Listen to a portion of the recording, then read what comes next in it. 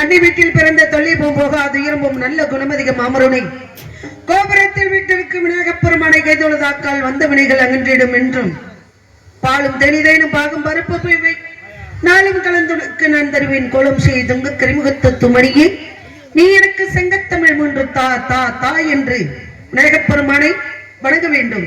எப்படி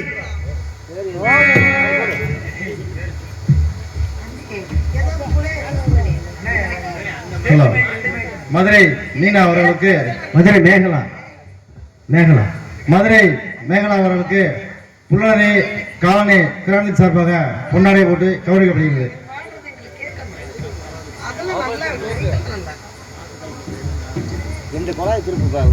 பொன்னாடை அணிவித்து மரியாதை செய்த கிராமத்தார்களுக்கும் விழா கணக்கியாளர்களுக்கும் பெரியவர்களுக்கும் குழந்தைகளுக்கும் பெண்களுக்கும் மனமார்ந்த நன்றி நன்றிருந்த வணக்கம் வணக்கம் பாருங்க. எல்லாமே திருப்பி நடக்குது.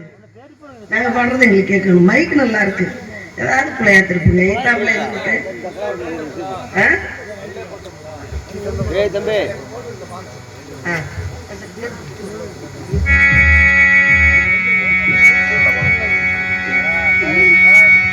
பொம்மை பொம்மை தைய தையனுக்கு தின்னா கிணக்கு தின்ப ஜங்கரி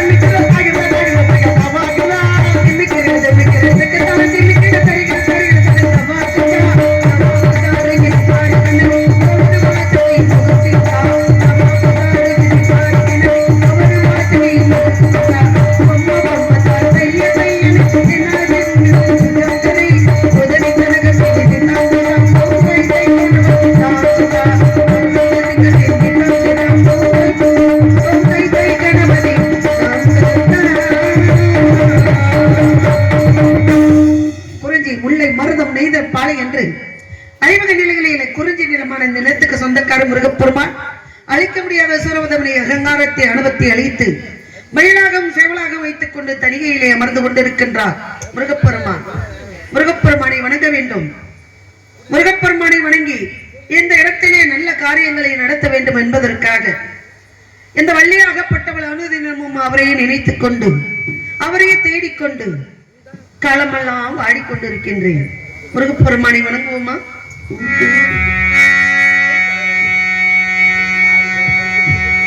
திருப்பரங்குன்றத்தில் நீ சிரித்தாள் முருகா,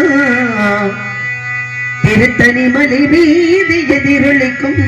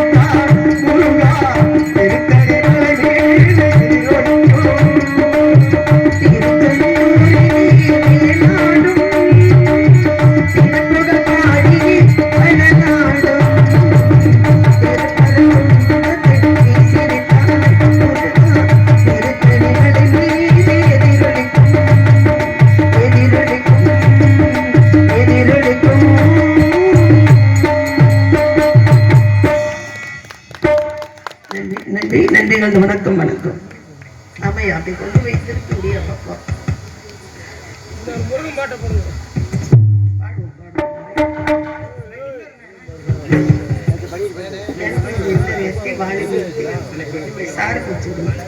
ஹலோ,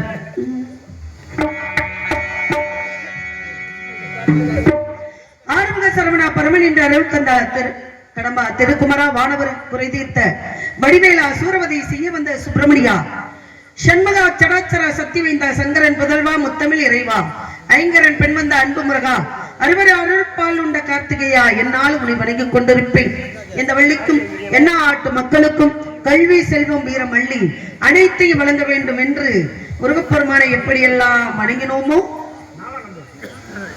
அதை போன்று அவரை பெற்றெடுத்த தட்டெடுத்த அன்னை பராசக்தி ஆதி பராசக்தி என்று சொல்லக்கூடிய அலைமகள் கலைமகள் மலைமகள் என்று சொல்லக்கூடிய ஆத்தாளி அண்டமல்லா பூத்தாளி. என்ன பண்றீங்க? வீடியோவை கரெக்டா வச்சிருக்காரு. நான் தெரியாதான்னு கேட்டேன். சரி, ரைட். ஆத்தாளி அண்டமல்லா பூத்தாளி ஆதி பராசக்தி என்று சொல்லக்கூடிய பூக்காட்டில் மனம் பரப்பி புகழ் காட்டில் வீட்டிருப்பாள். இமயத்தில் பிறந்தாலும் எங்கள் இதயத்தில் குடிகொண்ட இணையற்ற தாயே பராசக்தி இல்லாமல் எல்லோரும் வாழ்ந்திட என் நாட்டு மக்களுக்கும் என்னை சான்றோர்களுக்கும் இந்த வள்ளியாகிய மேகலாவிற்கும் நீதான் அருள் புரிய வேண்டும் தாயே பராசக்தி அம்மா.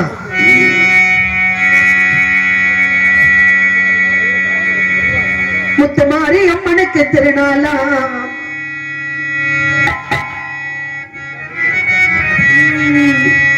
செல்லாத்தா செல்ல மாறியாத்தா அவள் சிந்தையில் வந்து அருகில் ஆட்டி நல்லாத்தா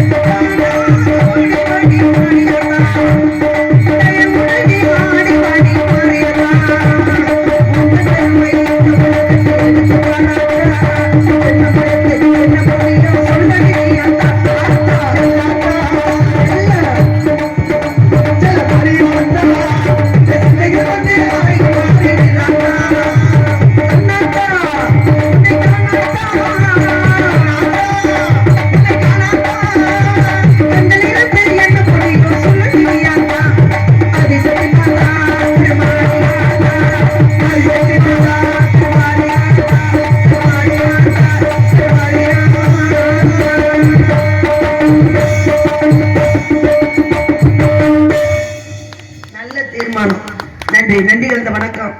கொஞ்சம் கூட்டமா இருந்தாலும் இருக்கிறவங்க அப்படியே இருந்து இந்த நிகழ்ச்சி முடியும் வரை விடியும் வரை ஒரு நல்ல நிகழ்ச்சி நடக்க போகுது. 5:30 மணிக்கு 5:30 மணின்னு தான் சொல்லுவோம். 6 மணி ஆனாலும் நம்ம ஊர் ஆளுக விடுறது இல்ல. இன்னும் கொஞ்ச நேரம் நின்று இன்னும் விடியல. பொதுவாகவே 10:30 மணிக்கு ஆரம்பிக்கணும். ஆரம்பிச்சுட்டு 5:30 மணிக்கு முடிக்கிற முகூர்த்த நேரம் அப்படின்றாங்க. விடிஞ்சிருச்சுன்னு வச்சுக்கோங்களேன், 6 மணிக்கு மேல விடிஞ்சிருச்சுன்னு வச்சுக்கோங்களேன், அப்பதான் போய் சோசியக்காரர்கிட்டையோ பெரிய புரோகிதர்கிட்டையோ நல்ல நேரம் பார்த்து சொல்லுங்க அப்படின்னு சொல்றது. விடிஞ்சதுக்கு அப்புறம் தான் நல்ல நேரம் கெட்ட நேரம் எல்லாம். இரவு எடுத்துக்கிட்டாலுமே இரவு வந்து பொழுது புணரும் நேரத்துல பொழுது போய் பொழுது விடியறதுக்குள்ள இருக்கக்கூடிய அனைத்து நேரங்களும் நல்ல நேரம் தான். அதனாலதான் திருமணம் முடிஞ்ச ஆண் பெண்ணை எங்க கூட விட்டாங்க அப்படின்னா இரவுல தான் கூட விட்டாங்க. முதல் இரவு மனசு விட்டு பேசணும், மனசு விட்டு நல்லது கெட்டது பரிமாறிக்கணும். இரவுலே ஆண் பெண் ஒண்ணு சேர்ந்து குழந்தை பிறந்தா அந்த குழந்தைக்கு எந்த விதமான நோய் நொடி வராது. அதை விட அந்த குழந்தை எந்த விதமான ஒரு தோஷங்களும் இல்லாம பிறக்கும். இதுதான் உண்மை. அதனாலதான் அதெல்லாம் வள்ளி பொண்ணு இப்படிலாம் பேசுது இப்படிலாம் நீங்க நினைக்க வேண்டாம். உண்மையை சொல்றதுக்கு தான் இந்த இடத்துக்கு நாங்க வர்றோம். புரியுதுங்களா? பகலையில கூடக்கூடாது அப்படின்றாங்க. அதுதான் உண்மை. பகலையில அந்த 1.5 மணி நேரம் இருக்கும் பாத்தீங்களா, 9:30 to 10, 10:30 அதுக்குள்ள திருமணம் நடத்தணும் அப்படின்னு ஒரு சில நாள்ல திருமண தேதி ஏற்பாடு பண்ணுவாங்க. இதெல்லாம் மாலை நேரத்துல 1.5 மணி நேரம் இருக்கும், சாயந்தர நேரத்துல 1.5 மணி நேரம் இருக்கும், பகல்ல காலையில 9:30க்கு மேல 1.5 மணி நேரம் இருக்கும். இதை பார்த்துக்கிட்டு உலகத்துல ஆண் பெண்ணு கூடி குழந்தை பெக்கல. எந்த நேரம் வேணாலும் அவங்களுக்கு உலகத்துல குடும்பத்துல என்னென்ன டைம் கிடைக்குதோ நேரம் கிடைக்குதோ இணைஞ்சு குழந்தைய பெக்கிறதுக்கா. அதனாலதான் இந்த குழந்தைங்களுக்கு தோசை வர்றது. இந்த தோசை வந்தா கண் போன போக்குலயே கால் போகலாமா அப்படின்ற மாதிரி தோசம் பிடிச்சிச்சுன்னு வச்சுக்கோங்களேன், அவன் என்ன பண்ணுவான்? ஒழுங்கா படிக்க மாட்டான், ஒழுங்கா சொன்ன பேச்சு கேட்க மாட்டான், கரம் பிடிச்சு திர்றான்டா அப்படின்பாங்க. புரியுதுங்களா? இதுக்குத்தான் நம்ம சாதகத்தெல்லாம் தூக்கிட்டு ஓடுறோம். அப்ப என்ன பண்ணணும்? தன்னுடைய கணவருடைய உடம்பை முழுமையா ஒரு பெண்ணு பார்த்துக்க மாட்டான்.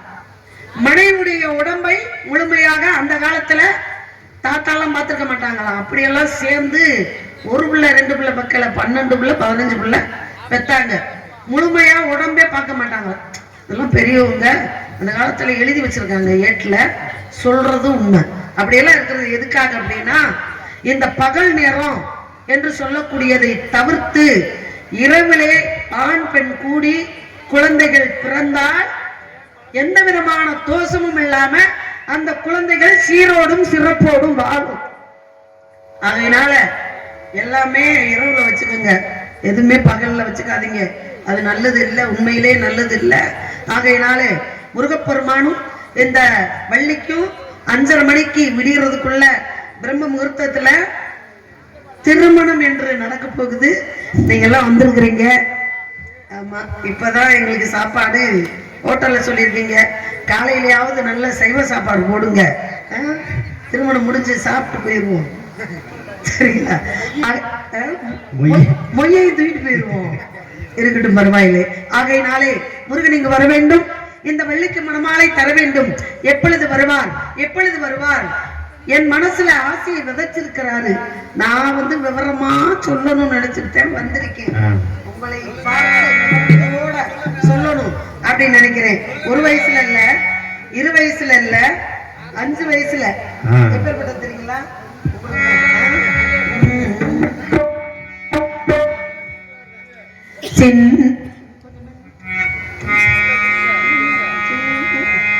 சின்னம் சிறு வயதில் எனக்கோ சித்திரம் தோணுதடி, பின்னல் விழுந்தது போல் எதையோ பேசவும் தோணுதடி, செல்லம்மா பேசவும் தோணுதடி.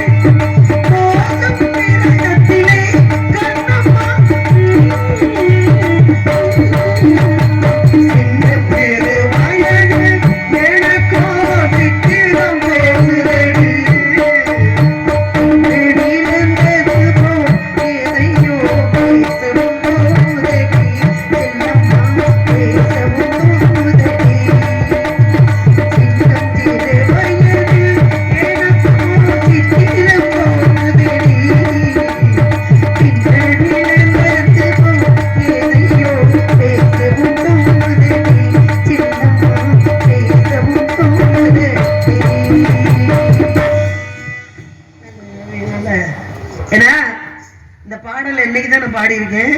இது ரொம்ப கஷ்டமான பாடல். நல்ல ஐபிசியில் அஞ்சலையில போகும் அடுப்பல்லவி. இன்னைக்கு தான் நான் பாடியிருக்கேன். இது பாடணும் ரொம்ப நாளா எனக்கு இந்த பாடல் ரொம்ப பிடிக்கும்.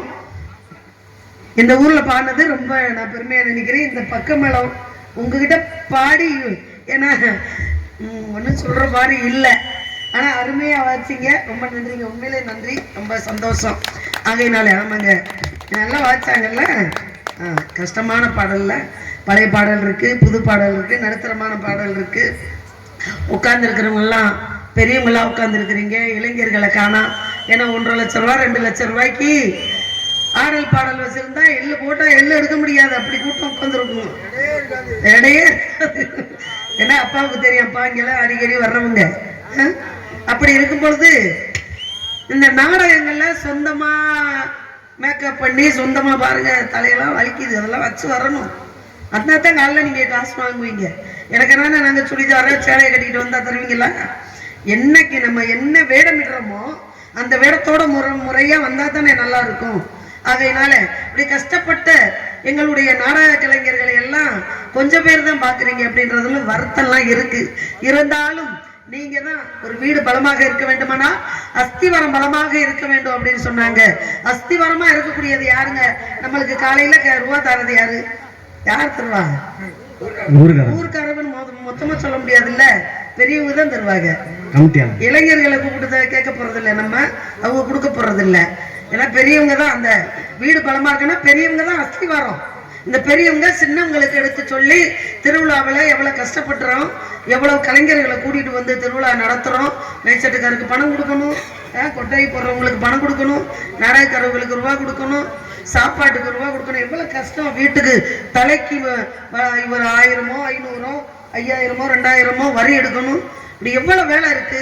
இதெல்லாம் வந்து வரக்கூடிய இளைஞர்களுக்கு சொல்லி கொடுத்து உலகத்துல நம்ம புள்ள கஷ்டப்படாம இருக்கணும்ன்றதுக்காக பெத்த தாய் தகப்ப என்ன தெரியுமா செய்வாங்க?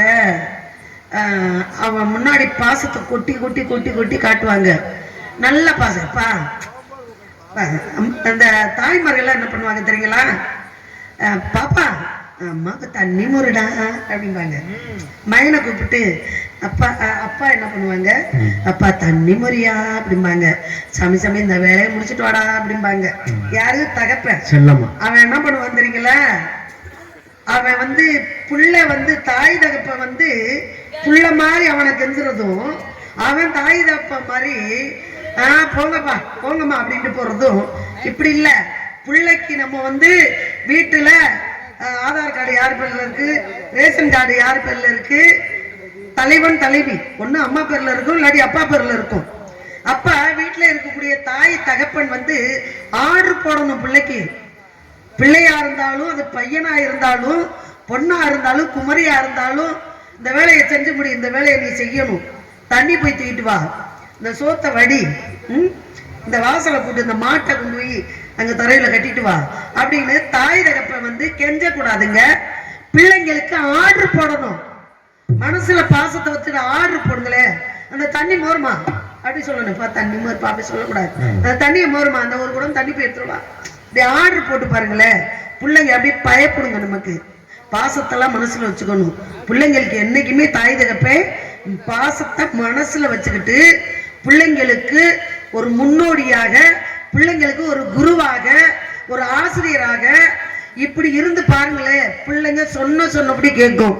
அதனால இந்த இடத்துல முருகனை நினைச்சனா 1 வயசு இல்ல 2 வயசு இல்ல, சின்ன வயசுல இருந்து அவரையே நினைச்சுக்கிட்டு காதல் பண்ணிக்கிட்டு இருக்கேன். என் காதல் சாதாரண காதல் இல்லைங்க, மனிதர் உணர்ந்து கொள்ள இது மனிதர் காதல் அல்ல, இல்ல அதையும் தாண்டி புனிதமா அப்படின்னு சொன்னாங்க. அந்த புனிதம் எவ்வளவு வரைக்கும் தெரியுங்களா? சிப்பி இருக்குது, முத்தம் இருக்குது, திரண்டு பார்க்க நேரம் இல்லடி வஜத்தே.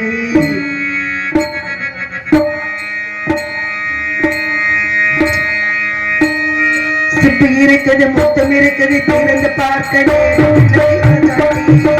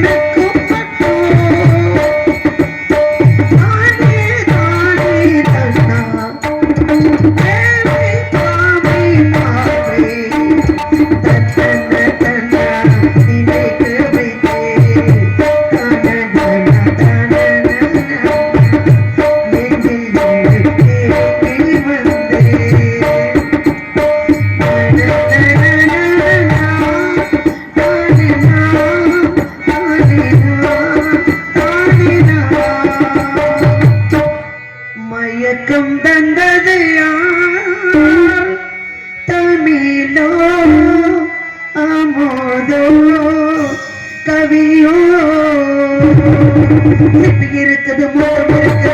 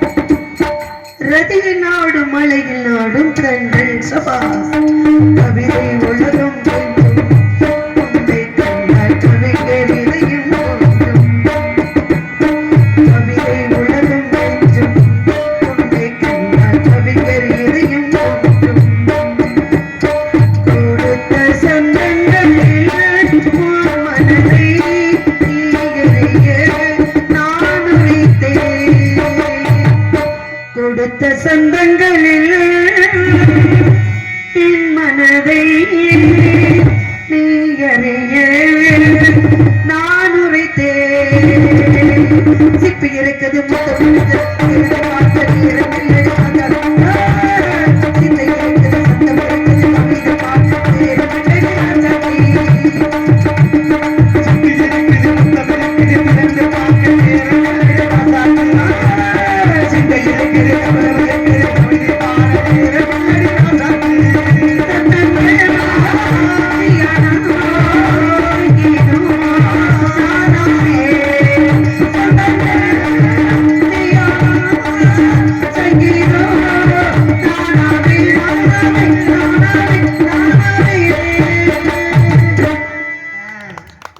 நல்ல விஷயம் நல்லது என்னன்னு தெரியல இன்னைக்கு என்ன நான் பாடாதெல்லாம் பாடிக்கிட்டு இருக்கேன் உண்மையில ரொம்ப நாளாச்சு இந்த பாட்டு பாடிடுவோம் சரிக்கிட்டு பரவாயில்லை ஏன்னா உலகம் என்பது நாடக மேடை நம் எல்லோரும் நடிகர்கள் புருஷன் பொண்டாட்டிக்கிட்ட நடிக்கிறாங்க பொண்டாட்டி புருஷன்கிட்ட நடிக்கிறாங்க அவங்க ரெண்டு பேத்துக்கிட்டே பிள்ளைங்க எல்லாம் நடிக்குதுங்க எந்த பிள்ளையும் நல்ல பிள்ளைன்னு அதுக்கு கல்யாணத்து வந்தவன பேரம்பத்தியை பார்த்துட்டோம் இனிமேல் இந்த சொத்தெல்லாம் நம்ம பேர்ல வேண்டாம் பிள்ளைங்க பேர்ல எழுதி கொடுத்துருவோம் மட்டும் எழுதி வச்சிடாதீங்க நம்ம வச்சுட்டு செத்தா அதுகளுக்கு தானே நம்ம ஏன் எழுதி கொடுக்கணும் நம்ம செத்து மண்ணை விட்டு விண்ணுலகம் போற வரைக்கும் நம்ம பிள்ளைங்க ஏழையா இருக்கணும் நம்ம பணக்காரனா இருக்கணும் நம்ம பேர்ல தான் அனைத்து இருக்கணும் அப்பதாங்க கஞ்சி கிடைக்கும் இல்லாட்டி எழுதி கொடுத்துட்டாங்களா எங்கிட்டாவது போங்க நாங்க வச்சாதான் ராஜ்யம் தாய்க்கு பின்னாடி தாரம் அப்படின்னாங்க தாய்க்கு பின்னாடி எதங்க தாரம்னு சொன்னாங்க யாராவது ஒருத்தர் சொல்லுங்க தாய்க்கு பின்னாடி தாரம்னாங்க எதை சொன்னாங்க இந்த பாட்டுக்கு அப்புறமாவது யோசிங்க யோசிச்சுட்டு ஒரு வார்த்தை மட்டும் சொல்லுங்க நான் பேசுறேன் ஏன்னா கிட்டடிசில நல்ல நடிகை யாரு ஜவுகார் ஜானகி அம்மா ஒரு 5 நாளுக்குள்ள இறந்துட்டாங்க ஆமா எனக்கு அதிகமா அரசந்திரா போய்கிட்டு இருக்கிறதுனால இந்த வள்ளி திருமணத்துல உள்ள பாடல் பாட முடியல ஆகையினால அந்த அம்மா நினைவாக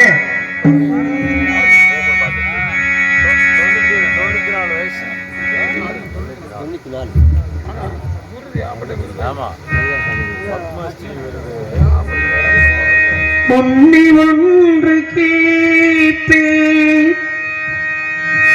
பார்த்த ஞாபகம் இல்லையோ பருவ நாடக தொல்லையோ அது பாடலாமா இது பாடலாமா பார்த்த ஞாபகம் ஏன்னா 2 பாடலுமே அதுவும் நல்லா இருக்கு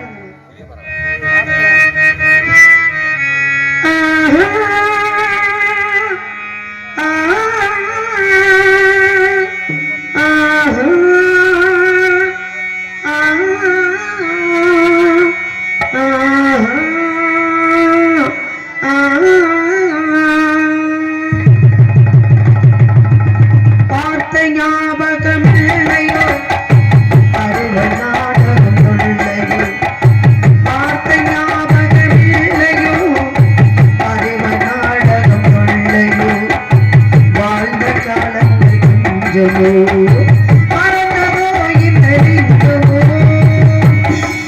அன்று பார்த்த ஞாபகமில்லையோ அருவ நாடக கொள்ளையோ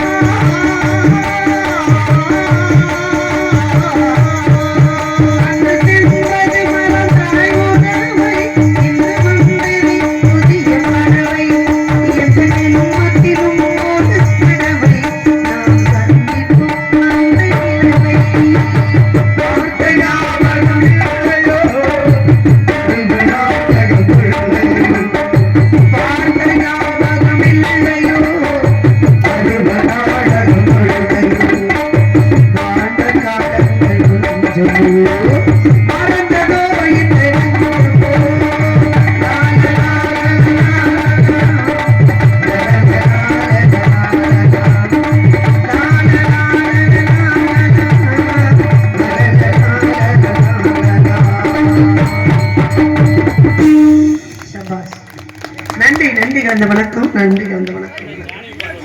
ஆமாங்க, தானே பாட்டு நிறைய பாடியிருக்கேன். அவங்க இறந்த பிற்பாடு கண்டிப்பா பாடுவேன், கண்டிப்பா பாடுவேன். தாய்க்கு பின்னாடி தாரம் யோசிச்சிங்களா? யாராவது சின்ன புழு கொடுங்களே. அன்னார் அவர்கள் இந்த பாடலுக்காக எனக்காக 20 ரூபாய் அன்பளிப்பளித்து பெருமை சேர்த்திருக்கிறார்கள். கண்டிப்பா கண்டிப்பா ஐயா அவர்கள் 100 ரூபாய் அன்பளிப்பு செய்திருக்கிறார்கள். எம்ஜிஆர் பாட்டு, ஜெயலலிதா அம்மா பாடல் பாடணும் அப்படின்னு அன்பளிப்பு செய்திருக்கிறார்கள். கண்டிப்பாக பாடுகிறேன்.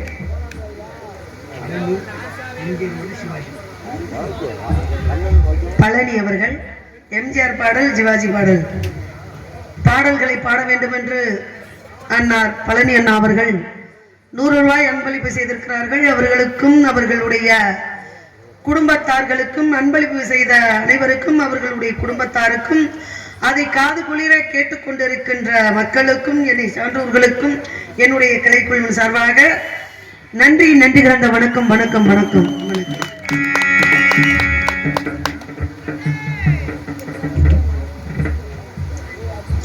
தாய்க்கு பின்னாடி தாரம் அப்படின்னாங்க. தாய்க்கு பின்னாடி தாரம்னா பொண்டாட்டிய சொல்லலைங்க. சரி, சவுண்ட வால்யூமை கம்மியா வைங்க. உள்ள உள்ள நீங்க வச்சிடாதீங்க. தாய்க்கு பின்னாடி தாரம் அப்படின்னாங்க.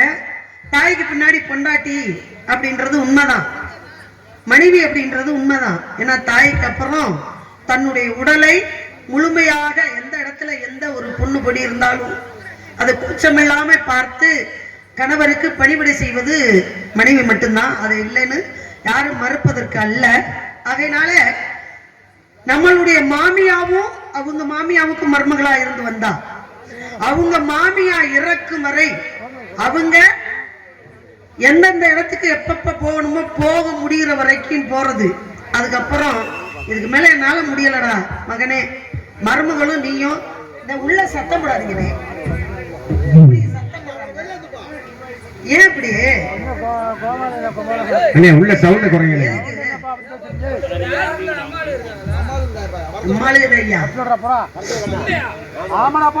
அது மாதிரி இந்த மருமகளா வரக்கூடியவங்க என்ன பண்ணணும், நம்ம மாமியாரு நல்லது கெட்டது எல்லாம் முடிச்சிட்டு என்னைக்கு அவங்க பார்த்து மருமகளே மயனே இனிமே என்னால அந்த காது குத்து கல்யாணம் அந்த வெளியில நடப்பயணம் சொந்த வந்தத்துக்கு போய் என்னாலெல்லாம் அலைஞ்சுக்கிட்டு இருக்க முடியாது, இந்த குடும்ப பொறுப்பை இன்னுமே நீங்க தான் கவனிக்கணும் அப்படின்னு சொல்லி மாமியாரா பார்த்து என்னைக்கு குடும்ப பொறுப்பை மருமக கிட்ட ஒப்படைக்கிறாங்களோ அதுதாங்க தாய்க்கு பின்னாடி தாரம், குடும்ப பொறுப்பை தாரம் அப்படின்னு குடும்ப பொறுப்பை தான் சொன்னாங்க. குடும்ப பொறுப்பை நம்ம கொண்டாடி வந்திருக்கிறான்னா அவளும் மருமகளா ஒரு மாமியாருக்கு இருந்தவ, வந்தவன நம்ம கல்யாணம் பண்ணிக்கிட்டு வந்துட்டோம் அப்படின்றதுக்காண்டி புருஷனை கூட்டிக்கிட்டு உடனே தனி கொடுத்தனம் போறது. ஒரு பெண்ணு மாதவிடை ஆயிட்டா அப்படின்னா ஆண்கள் முகத்தையே பார்க்க மாட்டாங்க. அப்பெல்லாம் தலைக்கு ஊத்திட்டா ஆண்கள் முகத்தை பார்க்க மாட்டாங்க. ஏன்னா கூட்டு குடும்பமா இருந்துச்சு. ஒருத்த தலைக்கு ஊத்துனா ஒருத்தவங்க பாருங்க சமைச்சு போடுவாங்க. 3 நாளைக்கு ஆண்களை பார்க்க மாட்டாங்க, ஒதுங்கி இருப்பாங்க. அந்த காலமெல்லாம் இப்ப மலை ஏறி போய் இன்னைக்கு என்ன பண்றாங்க, அவங்களே தலை குளிச்சுட்டு அவங்களே அப்படி ஆயிடுச்சு. காரணம் என்ன அப்படின்னா ஒற்றுமை இல்லாத காரணம். வீட்டுல சோறு வடிக்கணும், வீட்டுல நம்ம வடிக்கிற சோறு நம்ம செய்யற குழம்பு இதெல்லாம் சாப்பிட்டாதான் நமக்கு ஆரோக்கியம். என் புருஷன் சம்பளம் வாங்குறேன், நான் என்னத்துக்கு மாமியாவுக்கு ஆக்கி கொத்தனுக்கு ஆக்கி கொழுந்தனுக்கு ஆக்கி நாத்தனாருக்கு ஆக்கி மாமனாருக்கு ஆக்கி மும்பிட்டு வேலை சாணி எள்ளி வாசம் குட்டி வயலுக்கு போய் எல்லா வேலையும் பார்த்து இந்த கஞ்சி குடிக்கிறதுக்கு என் புருஷனை கூட்டிகிட்டு நான் தனி குடிக்கணும் போனேன்னா எல்லாம் ஹோட்டல்ல புரோட்டா வாங்கி தருவான், இட்லி வாங்கி தருவான், முட்டை போண்டா வாங்கி தருவான், பிரியாணி வாங்கி தருவான் அப்படின்னு ஹோட்டல்ல திங்கிற பொம்பளை எந்த பொம்பளையா இருந்தாலும் சீக்கிரம் நோய்வாய்ப்பட்டுருவா. இதுதான் உண்மை. ஹோட்டல்ல எந்த பொம்பளை எந்த ஆம்பளை அதிகமான ஹோட்டல்ல அந்த குழம்பு அந்த எல்லாம் கலக்குறாங்க பாருங்களேன், அம்புட்டு வியாதிங்க. தயவு செய்து, ஏன்னா புரோட்டாவுக்கு செய்யற குழம்பு என்ன குழம்புன்னு தெரியுங்களா, கோழியுடைய கழிவு இருக்கு பார்த்தீங்களா, கோழியுடைய கழிவு ரெக்க அதனுடைய பின்பகுதியை தெரியும் புரியும் நினைக்கிறேன்.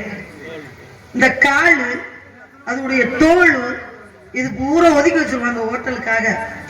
இந்த செய்யக்கூடிய குருமா வாடையாக மனமாக கறி குழம்பு ருசியில இருக்கணும்ன்றதுக்காக அதை ஒதுக்கி வச்சிருவாங்க. அதை கொண்டு கொதிக்கிற குழம்புல போட்டுதான் அதை போய் அப்படியே நம்ம அம்புட்டு என்ன பண்ணுங்க, அந்த அந்த கோழியில ஊசியை போட்டுதான் பெருசாக்குறாங்க. புராணமும் பேசணும், இதிகாசங்களையும் பேசணும், பக்திமயமாகவும் பேசணும். நடைமுறை ரொம்ப முக்கியம். ஏன்னா நடைமுறையத்தான் ரொம்ப தெரிஞ்சுக்கணும். அப்ப அந்த கோழியில ஊசியை போட்டு அந்த மரந்தெல்லாம் எதுல இருக்கு, சதையில போனாலும் அந்த தோல்ல தான் இருக்கு. நம்மளுக்கு மேல ஒரு புண்ணு வந்துச்சுன்னா எங்கெங்க இருக்கும், தோல்ல தான் இருக்கும். அந்த தோலை உரிச்சுதான் வச்சிடுறாங்க, கறியை விற்கிறானுங்க. அப்ப அந்த தோலை தான் நம்ம ஹோட்டல்ல சாப்பிடுறதுக்கு நம்ம அதுக்கு பயன்படுது. அப்ப அதை போய் நம்ம சாப்பிடலாமா? ஹோட்டல்ல அதிகமா சாப்பிடாதீங்க. இப்போ நான் உங்களுக்கு சொல்றேன் ஒண்ணு, ஹோட்டல்ல சாப்பிடாதீங்க. இனிமேல எங்களுக்கு ஒரு நாடகக்காரர்களுக்கு சாம்பார் போடுங்க, ரசம் போடுங்க, நல்லா சாப்பிடுவாங்க. நாடகக்காரங்க டிஃபன்னாலுமே மயக்க மட்டும் அங்கேயே விழுந்துருவாங்க. நீங்க ஒரு ஆளுக்கு 1000 ரூபாய் செலவு பண்ணி நீங்க கறி மீன் அப்படி கொடுத்தாலுமே டிஃபன்னா நாடகக்காரங்களுக்கு பிடிக்காது. சாப்பாடு வயிறு நிறைய, ஏன்னா 10 மணிக்கு உட்கார்றாங்க. உட்கார்ந்து அவங்க காலையில 6 மணி வரைக்கும் அவங்க வாசிக்கணும், நாங்களும் பேச நடிக்க கொஞ்ச நேரத்துல செமிச்சிரும். அதனால சாப்பாடு மட்டும்தான் வயிறுல கொஞ்சம் தாக்கு பிடிக்கும். அதனால ஊர்கள்ல சாம்பார் ரசம் இதுல போடுங்க, சைவம் சாப்பிடுங்க. உலகத்துல எவ்வளவுக்கு எவ்வளவு கறி மீன் தவிர்த்துட்டு, மீன் கூட சாப்பிடுங்க, கறியை தவிர்த்து எவ்வளவுக்கு எவ்வளவு நீங்க சைவமா மாறி சைவத்துல சேர்ந்து அதுல வாழ்றீங்களோ அதை சாப்பிட்டு நீங்க உடல் ஆரோக்கியமாகவும் பலமாக இருக்கலாம். ஏன்னா 3 வேளை சாப்பாடு பசிக்க விட்டு சாப்பிடு, நேரத்துக்கு சாப்பிடு. இன்னைக்கு நீங்க போனீங்கன்னா வைத்தியர்கிட்ட ஏமா நேரத்துக்கு சாப்பிட்றீங்களான்னு கேட்பாங்க. நேரத்துக்கு சாப்பிட்றீங்களா? 9 மணிக்கு சாப்பிட்ருங்க. காலையில 9 மணிக்குள்ள காலை சாப்பாடு முடிச்சிருங்க. 1:30 மத்தியானம் சாப்பாடு முடிச்சிருங்க. 7-8 மணிக்குள்ள சாப்பிட சொல்றாங்க. இரவு சாப்பாடை சாப்பிடாதுன்றாங்க. உங்களுக்கு தெரியுமா? கிராமத்துல இருக்கிறதுனால ஓடி ஆடி வேலை வெட்டிக்கு போறதுனால உங்களுக்கு தெரியல. இரவுல நகரத்துல எல்லாம் வீட்டுக்குள்ளேயே இருக்கிறதுனால சில பேர்லாம் சாப்பிட்றது இல்லை. 2 இட்லி சாப்பிட்றாங்க, இல்லாட்டி அதுவும் இல்லை ஒரு பாலை குடிச்சிட்டு படுத்துறாங்க. காரணம் என்ன அப்படின்னா வைத்தியர்கள்லாம் சொல்றாங்க இரவு சாப்பாடை தவிர்த்துருங்க. காரணம் என்ன அப்படின்னா அப்படியே நீங்க சாப்பிட்டாலும் 2 மணி நேரம் கழிச்சு தூங்குங்க அப்படின்றாங்க. நம்ம என்ன பண்றோம்? வயிறு நிறைய முட்டை இரவுல 9 மணி 10 மணிக்கு சாப்பிட்டுட்டு சாப்பிட்டோடனே நுடைக்கிறது, படுத்துறது. அப்ப படுத்தா என்ன ஆகும்? சாப்பிட்ட சாப்பாடு இழுத்து இழுத்து இழுத்து இழுத்து வயிறு ரத்தச்சோட ஆக்கிடும். சாப்பாட்டுடைய கனம் இழுத்த நம்ம படுக்கும்போது இவ்வளவு பெருசா ஆக்கிரும். இவ்வளவு பெருசு ஆக ஆக ஆம்பளைங்கெல்லாம் இப்படி வயிற்ற தள்ளிட்டு தர்றாங்கல்ல, பெண்ணா இருந்தாலும் ஆணா இருந்தாலும். இதெல்லாம் என்ன காரணம்? உணவை கொட்டுறது, கொழுப்பு அதிகமா சேர்க்கறது, எண்ணெய் அதிகமா சேர்க்கறது, இதெல்லாம் சேர்த்ததுனாலதான் வயிறு பெருசா ஆக ஆக என்ன ஆகும்? போட்டுக்கிட்டே இருக்கணும், பத்தாது. அப்ப அவங்க எப்படி 100 வயசுக்கு வாழ்றாங்க? 100 வயசுக்கு 120 வயசுக்கு வாழ்ந்தவங்க எல்லாம் ஒல்லியா எலும்பு தோலுமா தான் வாழ்ந்திருக்காங்க. எங்கேயாவது பலமா பருமனா குண்டா இருக்கிறவங்க 100 வயசுக்கு வாழ்ந்திருக்காங்களா? 90 வயசுக்கு வாழ்ந்திருக்காங்களா? சதை உள்ளவங்க வாழ மாட்டாங்க. இப்படி அப்படியே மூச்சு அப்படியே மூக்குல புடிச்சுக்கிட்டு இருக்காங்க பாருங்க, ஒல்லியா. அவங்கதான் 100 வயசுக்கு வாழ்வாங்க. அது மாதிரி அளவோடு சாப்பிட்டு வளமோடு வாழுமாறு அன்பாக கேட்டுக்கொண்டு பழமையாக சொல்லியிருக்காரு.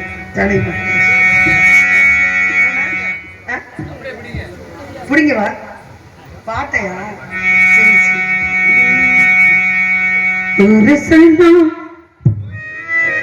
தூங்கிருச்சு பூத காத்தும் அடைச்சிருச்சு, பாவி மனம் தூங்கலையே அதுவும் இன்னும் புரியலையே. ஒரு சனம் தூங்கிருச்சு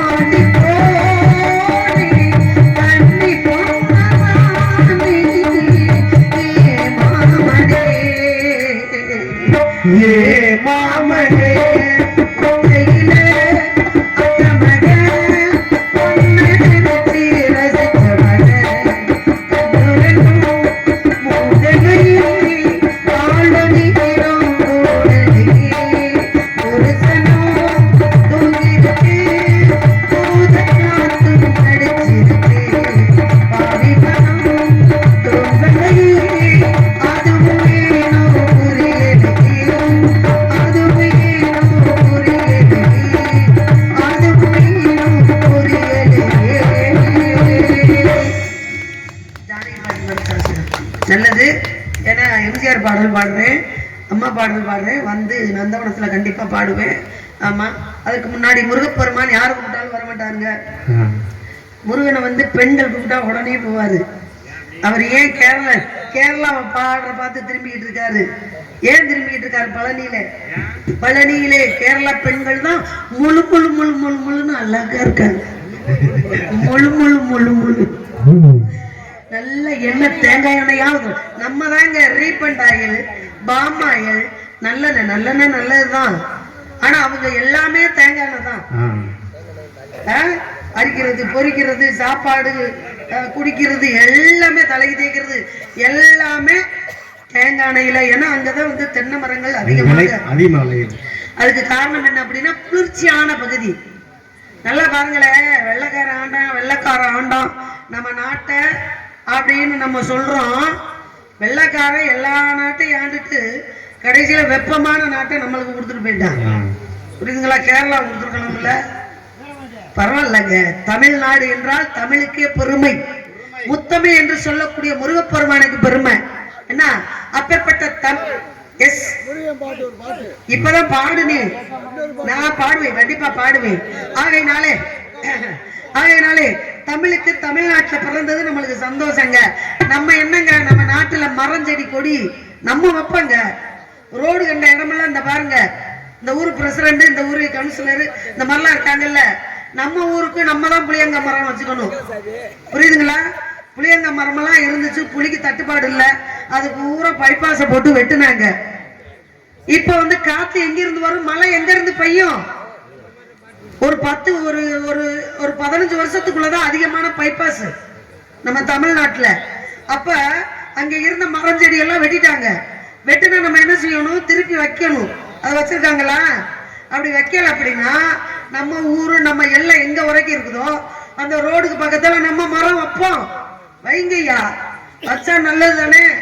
இந்த வருஷம் 5 வருஷம் இவன் தலைவரா இருப்பான், அடுத்த வருஷம் நம்ம மச்சாமையன் தலைவரா இருப்பான், அடுத்து நம்ம பங்காளி தலைவரா இருப்பான். தொலைச்சிட்டு போறாங்க, வச்சுட்டு போறாங்க, குத்தகைக்கு எடுத்துட்டு போறாங்க. இவன் பிழைக்கணும், அவன் பிழைக்கணும், எல்லாருமே பிழைக்கணுங்க. ஒருத்தலையே இருந்துகிட்டு இருந்தா நல்லாவா இருக்கும்? ஆகையினாலே இந்த பாருங்க வர்றாரு முருகன், அங்க பாருங்க.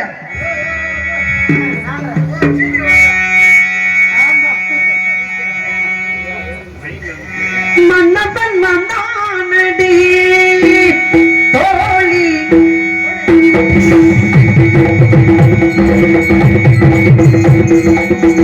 மன்னப்பன் வந்தானடி தோழி, அன்னத்திலே இருந்து பெண்ணத்திலே நமத்தை மன்னப்பன் வந்தானடி தோழி.